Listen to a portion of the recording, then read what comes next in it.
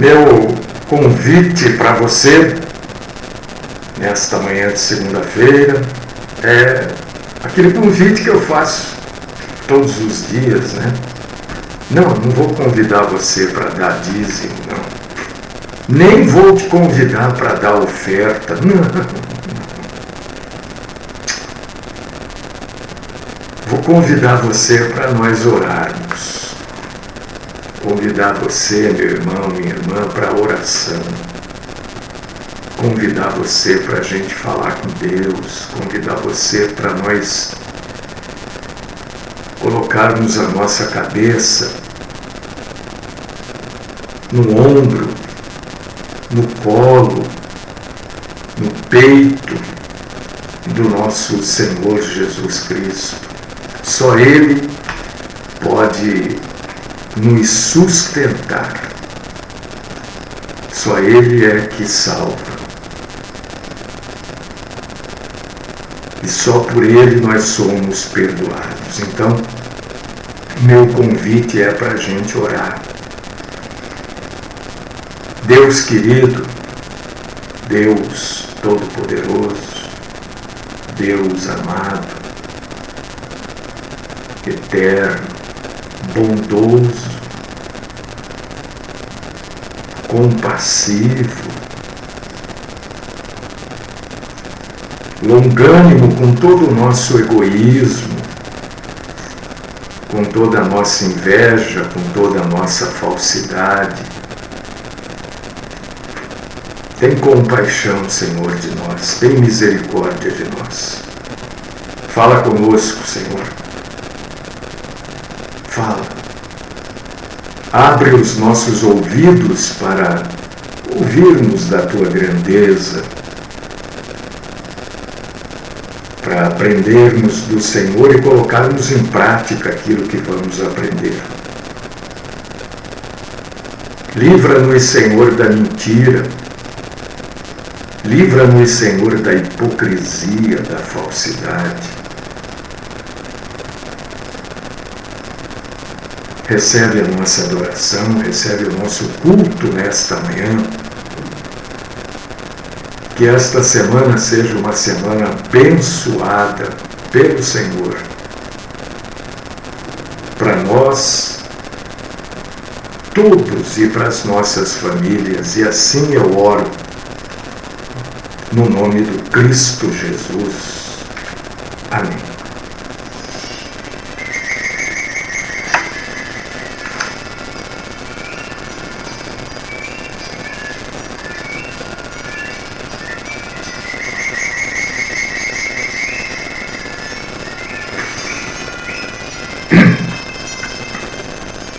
Meus irmãos, minhas irmãs, vamos abrir a Bíblia aqui nesta manhã, 2 aos Coríntios, capítulo 13, versículo 5. 2 aos Coríntios 13, 5. Se você está com a Bíblia aí, vamos ler. Se você não puder, ouça. A própria Bíblia diz que a fé vem de ouvir a palavra de Cristo. Segunda, não é primeira, hein? Tem primeira e segunda aos Coríntios. Grave isso na sua mente. Tanto a primeira carta aos Coríntios, como a segunda carta aos Coríntios, Paulo usa da repreensão para com eles. Paulo não está concordando com o que eles fazem, com o que eles falam. Paulo, na primeira e na segunda carta aos Coríntios, repreende os coríntios. Ele chama a atenção deles. Então, quando você está lendo aos Coríntios, você precisa ter isso na sua mente. Ele está repreendendo na primeira e na segunda carta. Tá? Então, cuidado.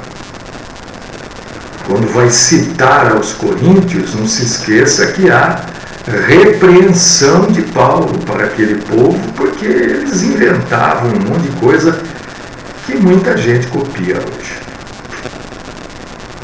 Segunda aos Coríntios, capítulo 13, versículo 5.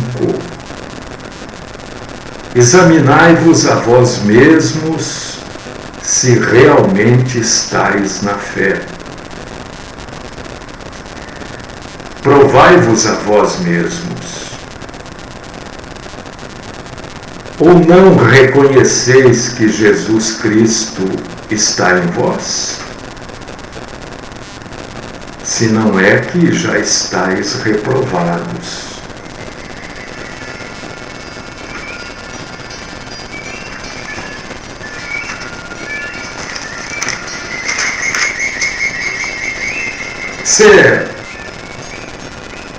Você observou como Paulo chama a atenção dos coríntios, como ele repreende, né? Dá uma olhada em vocês.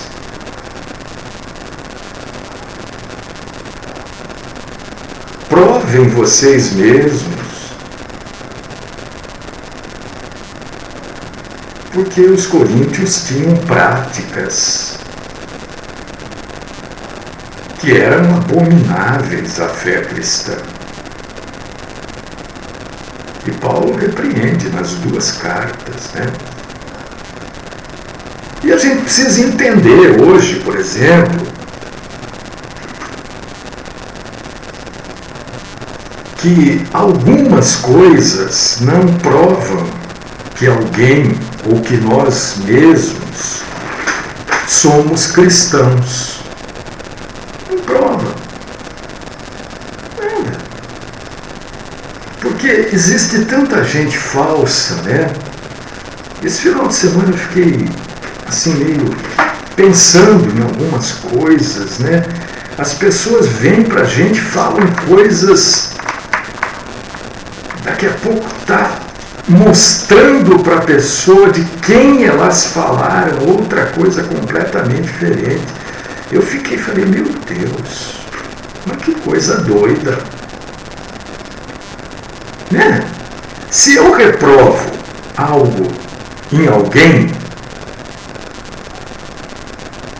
eu reprovo para você, eu reprovo para ele, para ela, e reprovo para a pessoa. Olha, isso aqui você não está correto.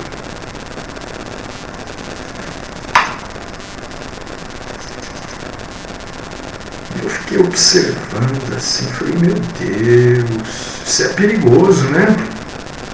São as pessoas chamadas duas caras.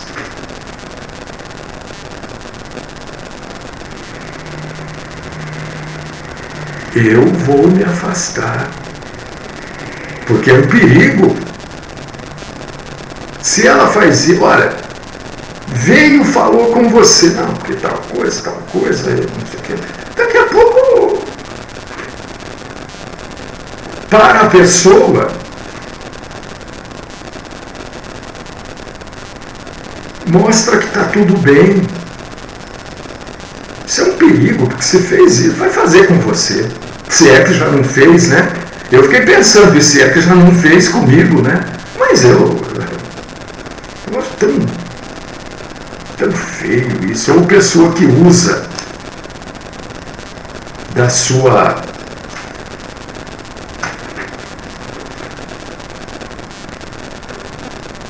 competência profissional para intimidar os outros. Eu quero saber o que você é, o que você faz, o que você pode fazer. Não me intimida, né? Porque eu acho assim, uma relação de amizade, se você é delegado, tanto faz como tanto fez. Mas, sei lá, tá tudo de cabeça para baixo, né? Então, a gente precisa, meus irmãos, minhas irmãs, há uma necessidade E esta necessidade que Paulo apresentou aos coríntios, que está aqui em 2 Coríntios 13, 5, você vê que ele fala assim: se é que já não estáis reprovados. Quer dizer, de repente é tão tarde para a pessoa que ela já foi até reprovada. E nós precisamos nos testar. Faça um teste com você mesmo, com você mesma. Não precisa falar para ninguém. Será que você está na fé verdadeira em Cristo? Eu estava vendo também esse final de semana. Eu vi uma propaganda na televisão. Quando eu era criança chamavam isso de reclame, né? Eu vi um reclame que dizia assim, que o brasileiro tem fé nisso, fé naquilo, mas não fala que o brasileiro tem fé em Deus, porque realmente não tem, né? É fé na fé.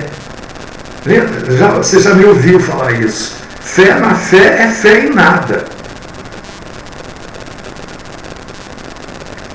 O Gilberto Gil, que até onde se sabe é um grande poeta, um grande compositor, mas não é cristão, né? Mas isso não tira dele a capacidade intelectual. Gilberto Gil, aquele baiano, cantor, que foi ministro, né? Ele tem uma música que diz assim: andar na fé eu vou, porque a fé não costuma falhar. Você vê, é a fé na fé. Tem gente que não consegue distinguir isso. O que é fé na fé? É ter fé em qualquer coisa que não seja em Deus. Isso é fé na fé. E ele põe isso num papel, numa poesia dele, que é letra de música. Andar na fé eu vou, porque a fé não costuma falhar. Fé na fé. Fé na fé é nada. Tenho fé no homem, tenho fé no meu país. Então tá bom, fique com a sua fé. As pessoas, quando vão fazer um jogo de loteria, dizem: eu vou fazer uma fezinha. Ela tem fé em quê? Fé em Deus ali? Óbvio que não, né? Ela tem fé que ela vai ganhar. É fé na fé. E 99,99, não ganha.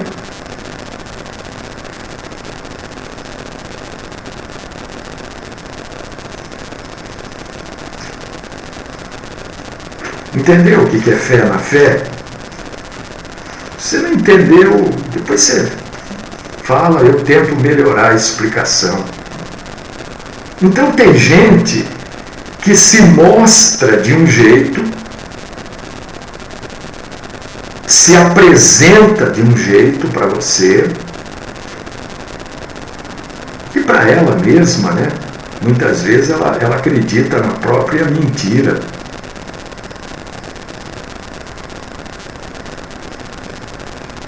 Porque ela acha que aquilo é uma prova de santidade.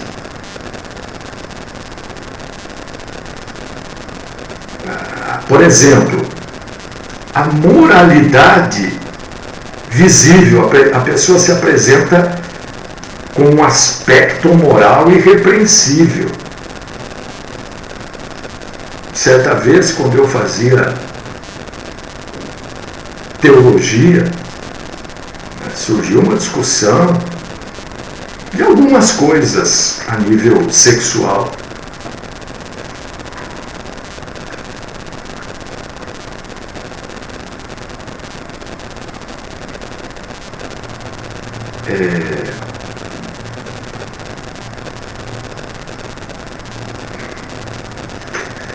E foi dito assim: você não pode, foi dito para a classe, né? tratar a sua mulher como uma prostituta.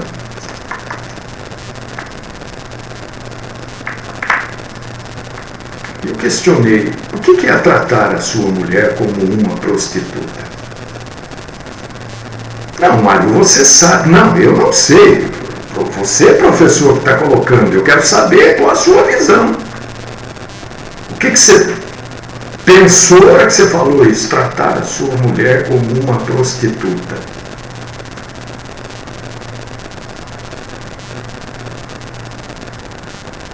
Você quer dizer que a relação sexual no casamento tem que ser só papai e mamãe?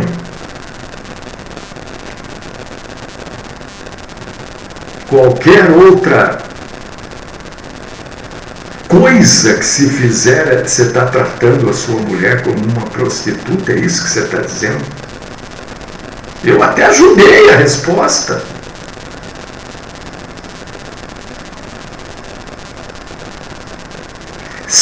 É a moralidade visível.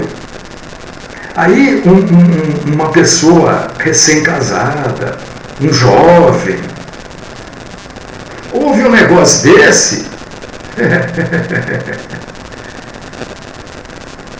não, isso não pode, aquilo não pode, não, isso não deve. Aí a mulher vai procurar quem faça. O homem vai procurar a mulher que faz. É a moralidade visível. Porque a mulher não vai se permitir ser tratada. Atenção, mulheres, não se permitam serem tratadas como prostituta pelo seu marido, pelo seu esposo. O que é ser tratada como prostituta? A prostituta recebe para fazer sexo. E ela impõe algumas regras. Olha, vamos abrir o jogo, né? Para todo mundo entender bem esse aspecto. Olha, se eu for fazer isso, é tanto. Se eu for fazer isso mais isso, é mais tanto. Se você quer isso, aquilo, outro, é mais. Você não paga para fazer sexo com a sua esposa, isso deve ser algo consensual. Uma prostituta, você acaba o serviço, põe a roupa e vai embora. Ou ela vai embora, sei lá. Vencer o tempo. Um casal não é assim que funciona. Então, quando se usa essa expressão, está se mostrando uma moralidade visível. Nossa, o sujeito Eu não vou ler, porque se cada passagem que eu for citar aqui, eu for ler, vai demorar muito, mas eu vou citar a passagem, você abre aí e lê.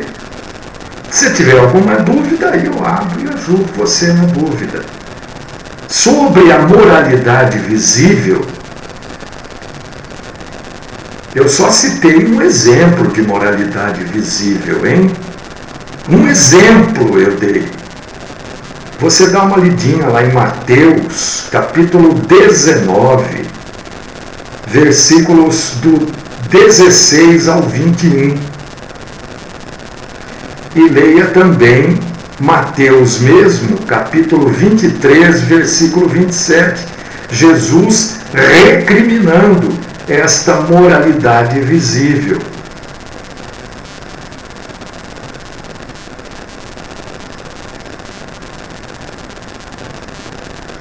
Então, o sujeito que tem uma moralidade visível não prova nada, que ele é salvo, que ele não é salvo, só prova que ele tem uma moralidade visível.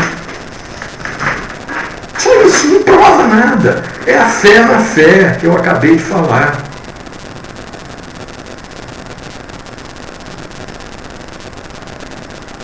Outra coisa que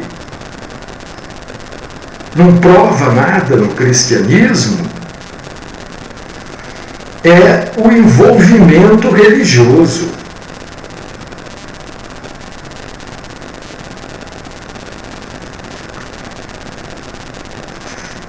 Você não veio na igreja ontem. Você já deve ter ouvido isso. Eu já ouvi muitas vezes, até que um dia eu falei, opa, peraí. Não vim. Chegou gente na sua casa, traz a pessoa junto. Peraí, a pessoa foi fazer uma visita para mim. A pessoa foi na minha casa. Não, mas você tem que falar que é dia de você ir na igreja, que é horário de você ir na igreja. Como se ir na igreja fosse... Se eu não for na igreja, eu vou estar em falta com Deus. Se eu não for na igreja, eu não amo a Deus. Você vê que isso existe até hoje. A pessoa não vai na igreja, o pastor liga lá. Por que você não... A mulher do pastor. Por que vocês não vieram? Não viemos porque não quisemos vir, olha. Não fomos porque não quisemos ir. Não existe cartão de ponto numa igreja, existe? Os membros não são funcionários da igreja. Isso é chato. Isso é uma moralidade visível e é um envolvimento religioso que não prova absolutamente nada. Nada. Não prova que você ama a Deus, não prova que você é temente a Deus, não prova que você é salvo, não prova nada isso. Você acha, vem uma visita na minha casa e eu pego a visita e digo assim, não, olha, hoje é dia de ir na igreja, você veio aqui, você está me atrapalhando, vamos na igreja junto, aí você atrapalha menos. Aí a pessoa vira e fala para você, não, eu vim aqui tratar de um assunto com você. Não existe isso, gente.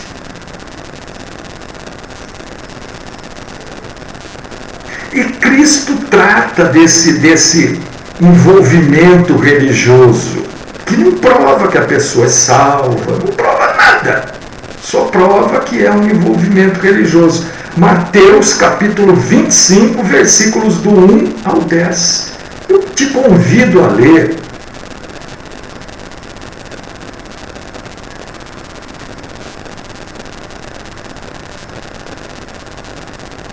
Outra coisa que não prova nada é esses ministérios. Bom, mas isso eu falo também há sei lá quanto tempo, né?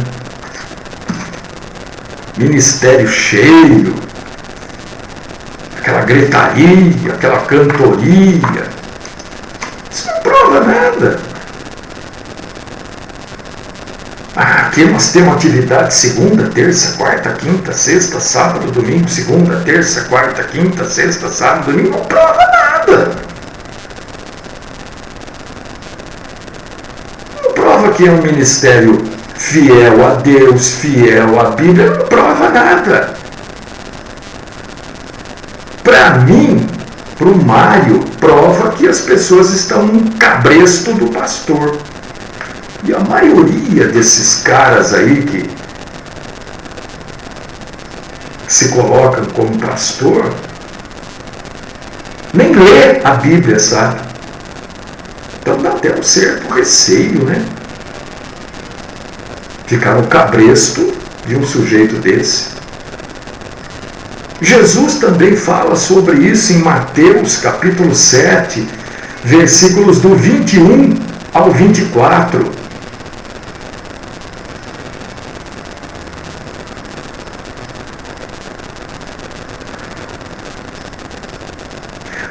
Outra coisa que não prova nada, que uma pessoa é salva, que o ministério é fiel a Deus, a palavra de Deus, é o convencimento do pecado.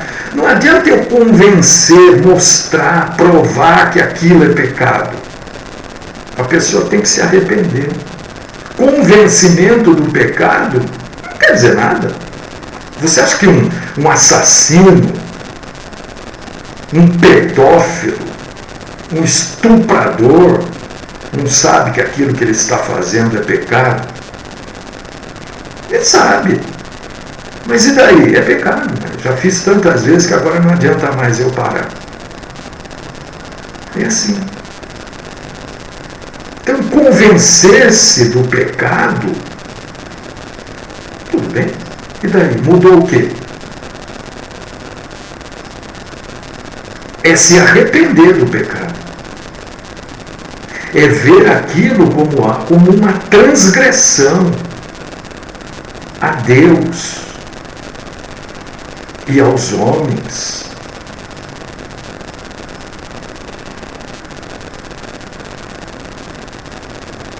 Atos, capítulo 24, versículo 25.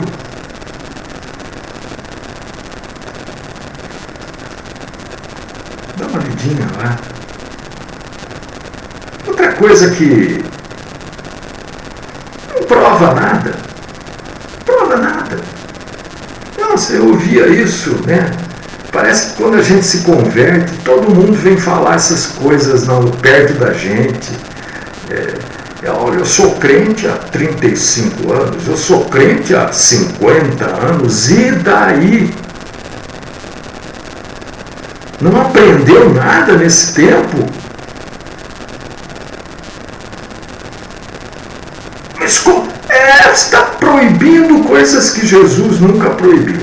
Você está mandando as pessoas fazerem coisas que Jesus nunca mandou ninguém fazer. Nem nenhum apóstolo falou que era para ser feito.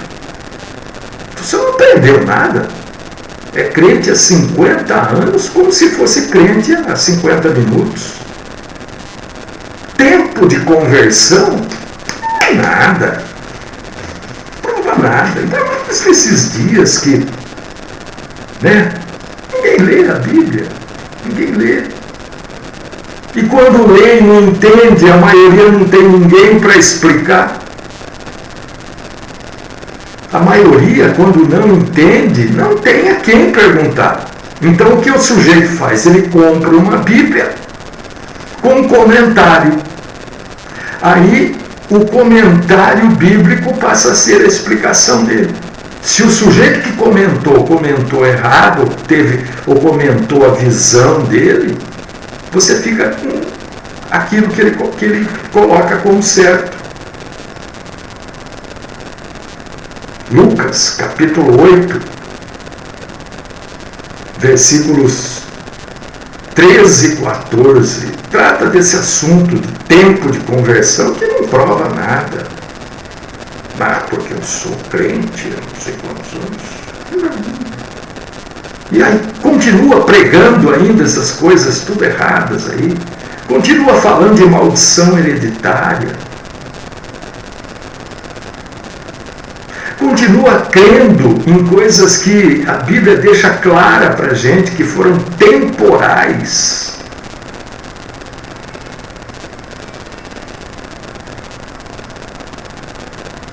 Então tem coisas, amados irmãos, queridas irmãs, que a gente precisa testar a gente mesmo.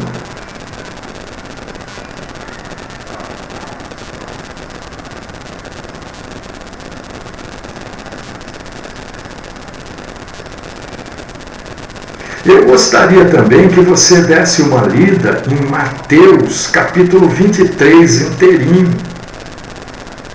Vai falar sobre certeza. Lê lá, irmão amado, irmã querida. Não é lição de casa, não. Que isso. É para você entender as coisas que são ditas aqui. Porque, infelizmente, a maioria das pessoas nunca ouviram a verdadeira palavra de Deus. Elas ouvem aquilo que os seus pastores, seus líderes, entendem como palavra de Deus.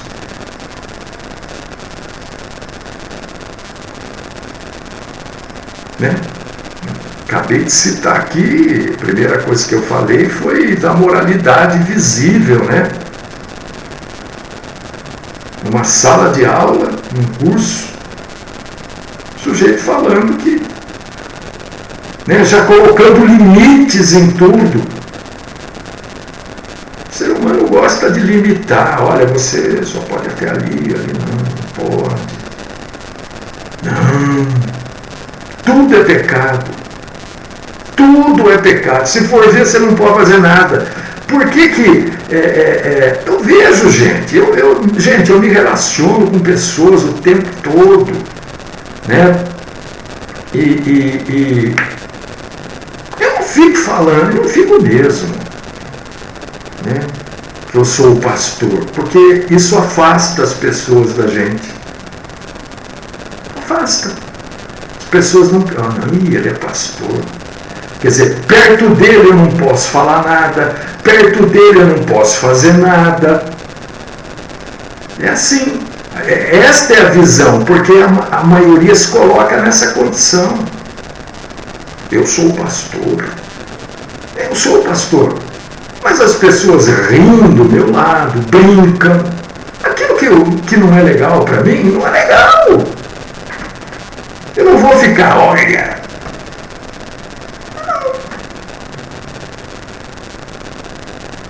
Se a coisa pegou fogo e eu levanto, saio, vou para o outro lado, depois eu volto. Mas eu prefiro não ficar falando. As pessoas sabem, o Mário é pastor. Mas às vezes soltam uma coisa mais picante. E esta é a vida. Eu não vou mudar o mundo, nem você vai mudar o mundo. Você vai mudar o mundo? Não vai. Jesus não mandou ninguém mudar o mundo. Ele falou, vocês mudem o mundo, hein? Não.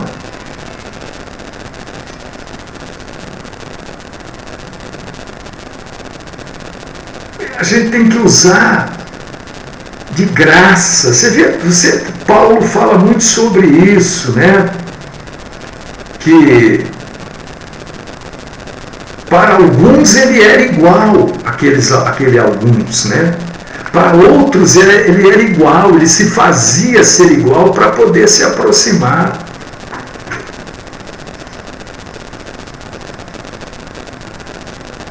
Não preciso ficar mostrando uma moralidade. Não, perto dele não pode falar tal coisa. Você quer falar, você fala.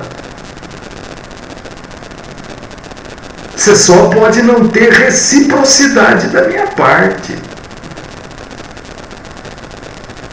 Mas você não está na roda de escarnecedores? Você precisa entender bem o que está escrito lá, porque Jesus, por exemplo, né, ele foi acusado muitas vezes de estar no meio de bêbado, de pecador. Quem que ele ia convencer do pecado? Convencer no sentido de fazer a pessoa entender que aquilo é pecado, né? Não só saber que é pecado, tudo bem.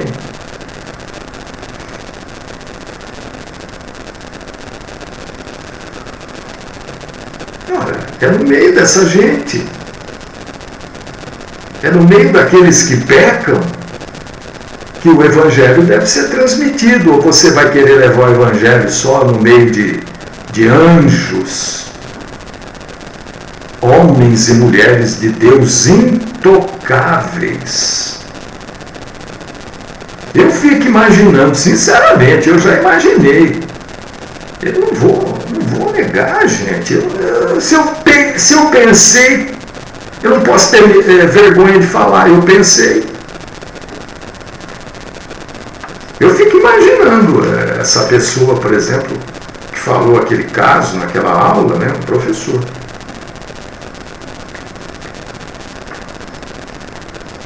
Como é que era o relacionamento dele com a mulher, né?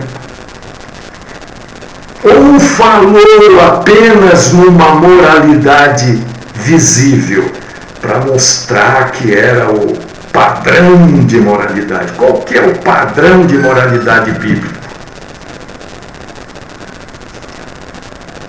Eu sempre falo para os casais, né, lerem Cantares de Salomão. Leia Cantares.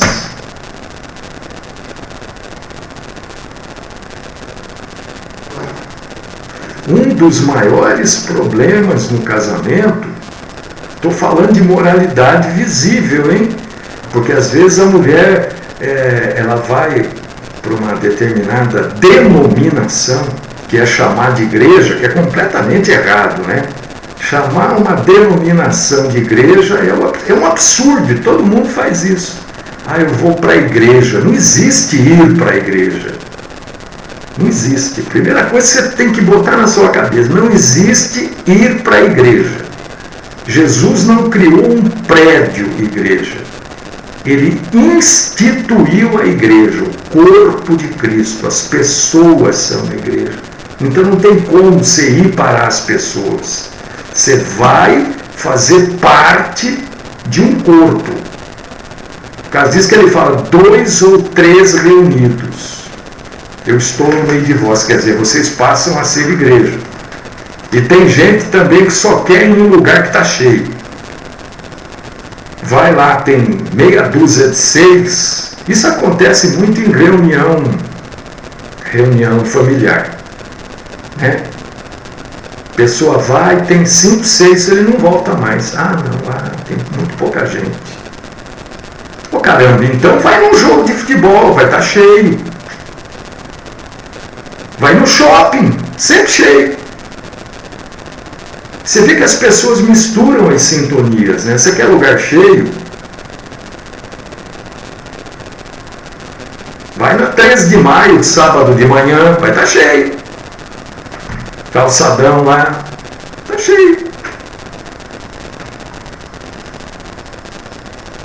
Mas então, muitas vezes a mulher vai numa dessas igrejas aí e ouve lá o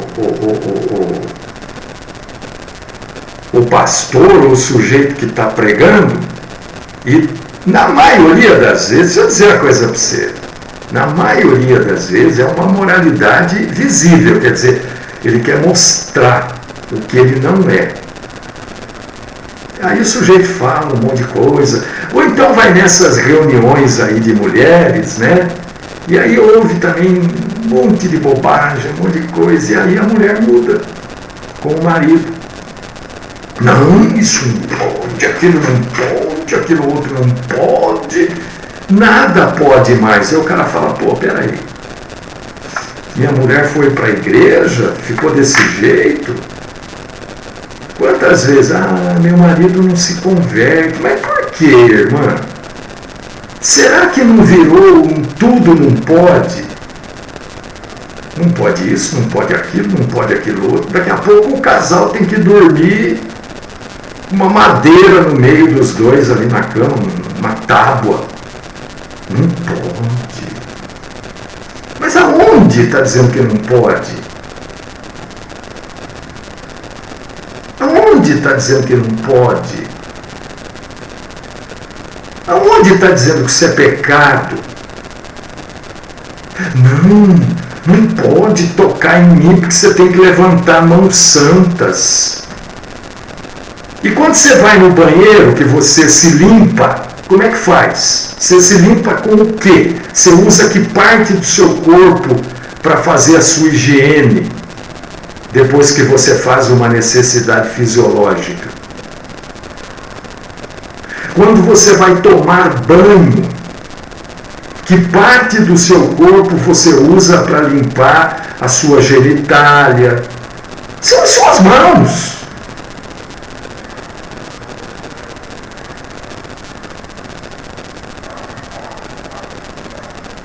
É que fica ouvindo bobagem essa moralidade que a pessoa quer mostrar. Ela quer mostrar que ela é irrepreensível. Ela cria esse padrão e os outros acreditam.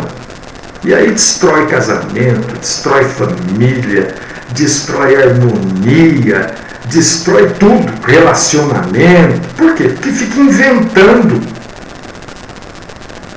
Isso não prova nada. O que mostra é a palavra de Deus, é isso que vale, o resto é resto.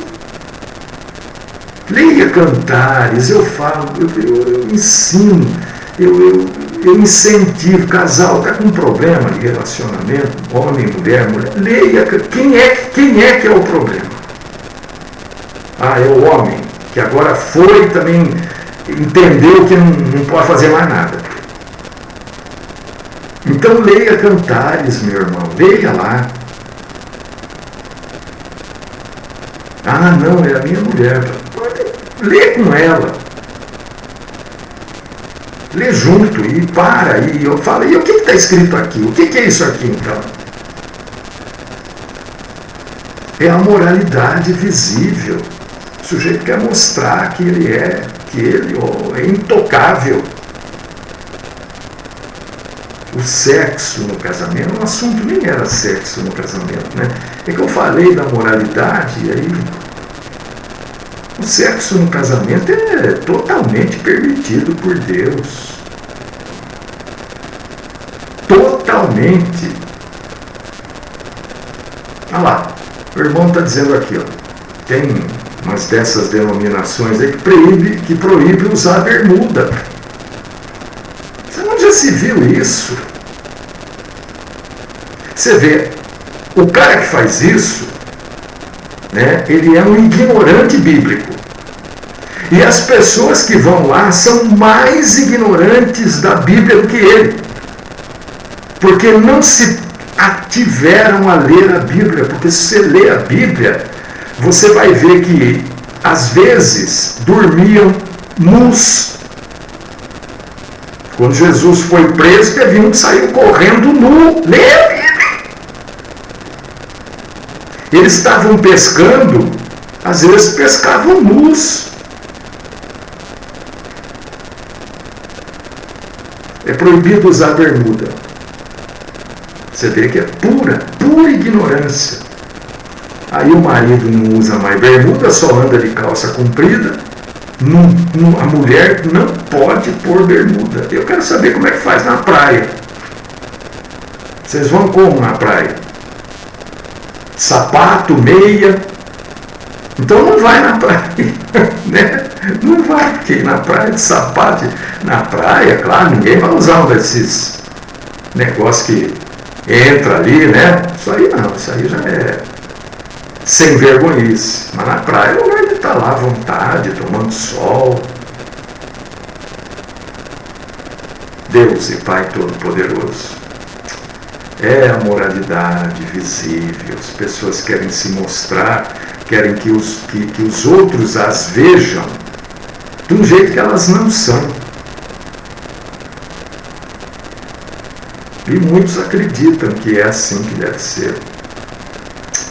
Senhor, hoje nós trouxemos algumas coisas aí que não provam nada sobre salvação, sobre vida eterna, né? Que as pessoas possam ler as passagens indicadas e entender o que é a verdadeira fé salvadora. Fica conosco, Senhor.